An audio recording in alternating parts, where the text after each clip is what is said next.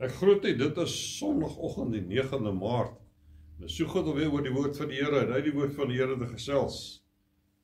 Afgelope 2 weke het ons gesels oor die millennium, 1000 jaar van vrede, waar ons saam met Jesus vanuit Jerusalem gaan regeer. En dan het ons gesels oor die millennium wat daarna kom, waar God die nuwe hemel en die aarde maak en die nuwe Jerusalem moet gaan neerdal en waar ons vir die res van die ewigheid saam met Jesus en God die Vader gaan woon. Nou intussen het ons daar die wonderlike voorreg en vooruitsig om te weet ons gaan by hom wees vir altyd. Maar ons is nog op hierdie aarde en ons is 'n gevalle planeet en ons is besig en gewikkel in 'n geveg met die vyand en sy demone, want hy weet die tyd is kort, sy tyd is baie kort en ons tyd word al korter as ons by aarde is. So, Jesus, die profete, het Jesus deur sy profete gepraat oor hierdie dae, in Jesaja 59 vers 14, as hy sê, so word dan die reg teruggebring, en die geregtigheid bly staan van ver, want die waarheid struikel op die mark, en wat reg is, kan nie binnekom nie, ja, die waarheid word vermis, en wie afwyk van die kwaad word geplunder, toe die Here dit gesien, en dit was verkeerd in sy oë, dat daar geen reg is nie. Dis so eie aan die dae waarin ons leef, maar daar kom 'n dag, en Maleagi het daaroor geprofeteer, Maleagi 3 vers 18, dan sê hulle weer die onderskeid sien tussen die regverdige en die goddelose, tussen die wat God dien, en die wat hom nie dien nie.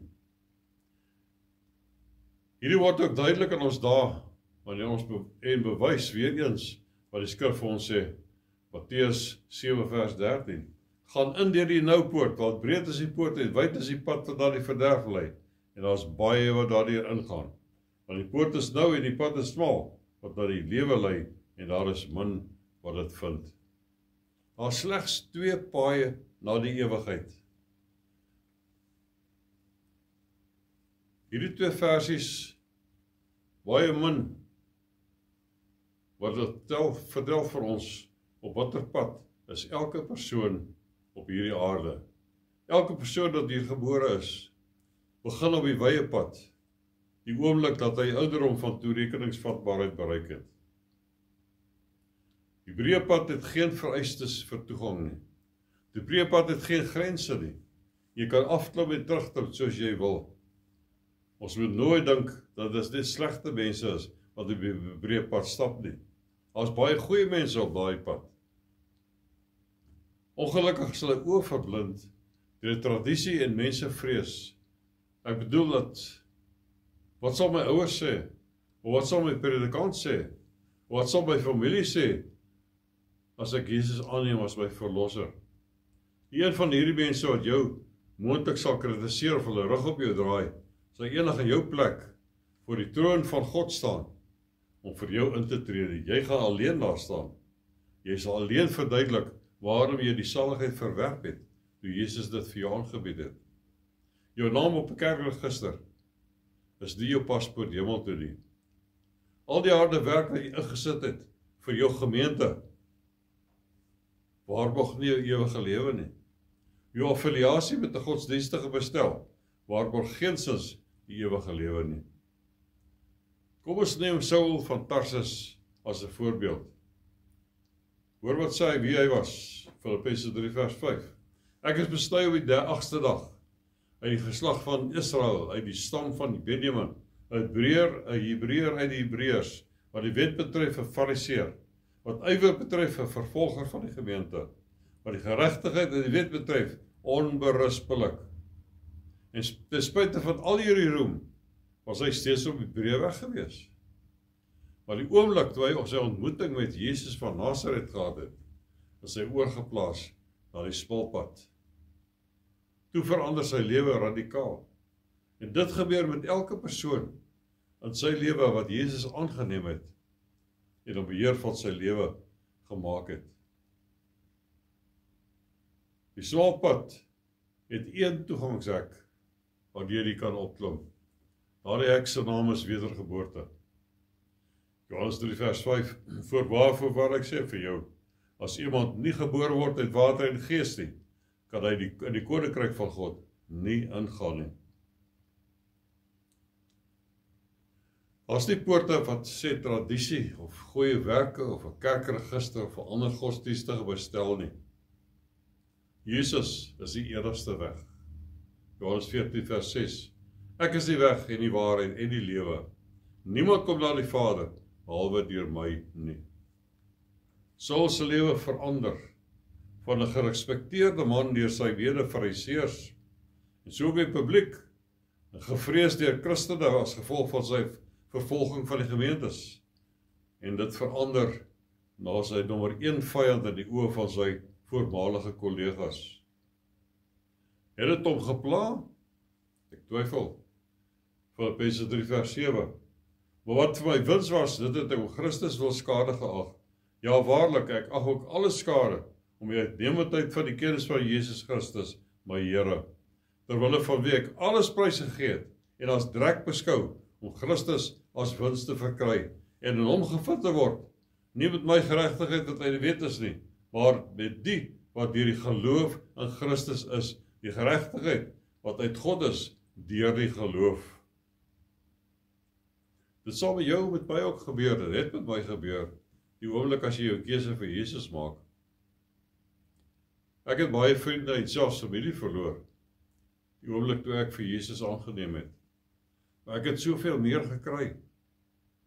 Die smalpad is nie noodwendig 'n mooi gelykpad, soos baie voorspoedpredikers dit wil voorhou nie. Kyk bietjie wat het met Paulus gebeur, nadat hy hierdie groot besluit gemaak het. 2 Korintiërs 11 vers 24. 5 maal het ek van die Jode ontvang, 40 hou op een na. 3 maal is ek met stokke geslaan, 1 maal is ek gestenig. 3 maal het ek skipbreuk gelei, nag en 'n dag het ek op die diep water deurgebring. Dikwels op reis, 'n gevaar van riviere, 'n gevaar van rowers, 'n gevaar van my volk, 'n gevaar van die heidene, 'n gevaar van die land, van die stad, 'n gevaar in die woestyn, 'n gevaar op see, 'n gevaar onder valse broeders, in arbeid en moeite, in slapelose nagte dikwels, in honger en dors, dikwels sonder ete, in koue en naaktheid. Hierdie dinge het met Paulus gebeur, terwyl hy op die smalpad gestap het. Die vervolging wat ons kan te wag te wees, kan egter nie vergelyk word met ons salige hoop wat op elke kind van God wag nie. Filippense 3 vers 20, want ons burgerskap is in die hemele, waar ons ook as verlosser verwag die Here Jesus Christus, wat ons vernederde liggaam van gedagte sal verander, om gelykvormig te word aan sy verheerlikte liggaam, volgens die werking waardeur hy ook alles aan homself kan onderwerp. Ons kan nooit ons salige hoop verdiskonteer, as ons dit doen, dan lei dit tot 'n oorgedrewe benadrukking op ons nou lewe van hierdie. Boodskap van die evangelie is, Jesus het aan die kruis gesterf vir ons sondes. Hy is begrawe, hy het op die 3de dag opgestaan, opgevaar na die hemel. Hy gaan weer kom op die wolke, en op welke geleentheid hy vir ons onverganklike, verheerlikte liggame gaan gee, en ons na 'n plek toe neem, wat hy vir ons voorberei het. Jesus se opstanding, meen dat ons ook vir ewig gaan lewe, met liggame wat nooit gaan oud word nie, nooit siek gaan word nie, en nooit gaan sterf nie. Dit is die evangelie, ons salige hoop, wat gaan kom in die wegrapping. Titus 2 vers 11. Die reddende genade van God het aan alle mense verskyn, en leer ons om die goddeloosheid en wêreldse begeerlikhede te verloon, ingetoe en regverdig en vroom in die teenwoordige wêreld te lewe, terwyl ons die salige hoop en verskyning van ons van die heerlikheid kan verwag, van grootte God en ons verlosser, Jesus Christus. 14de vers, wat homself vir ons gegee het, om ons te verlos van alle ongeregtigheid, en vir homself 'n volk as sy eiendom te reinig, ywerig in goeie werke. As daar ooit 'n tyd is, wanneer die Nuwe Testamentiese gelowiges die koms van Jesus en sy verskyning en die wonders van die lewe hierna moet hoor, dan is dit nou. Die breë pad lyk so aanloklik te wees, maar dit is 'n dodelike lokval. Die einde daarvan lei tot die ewige verdoemenis en die vlamme van die hel. En die einde daarvan kom as 'n verrassing. En as jy dit bereik het, is daar geen omdraai geleentheid nie. Gelukkig kan enige iemand so nadelig, ongelukkig kan enige iemand nadelig vir hom enige tyd van die smal pad oorgaan na die breë pad toe, want elkeen het sy eie keuse wat hy kan maak. Terwyl die smal pad moeilik is om te loop, is daar aan die einde daarvan krone wat wag. 'n liefdevolle hemelse Vader wat vir ons sê, mooi so, goeie en getroue diensdag, gaan in die vreugde van jou Heer, Matteus 25:21. En Jesus wat vir ons gaan sê, kom, ek het vir jou 'n plek berei in my Vader se huis. Johannes 14:2. En die vraag gaan ek met u laat, watter van hierdie twee paaie gaan jy kies? Mag die Here u seën. Amen.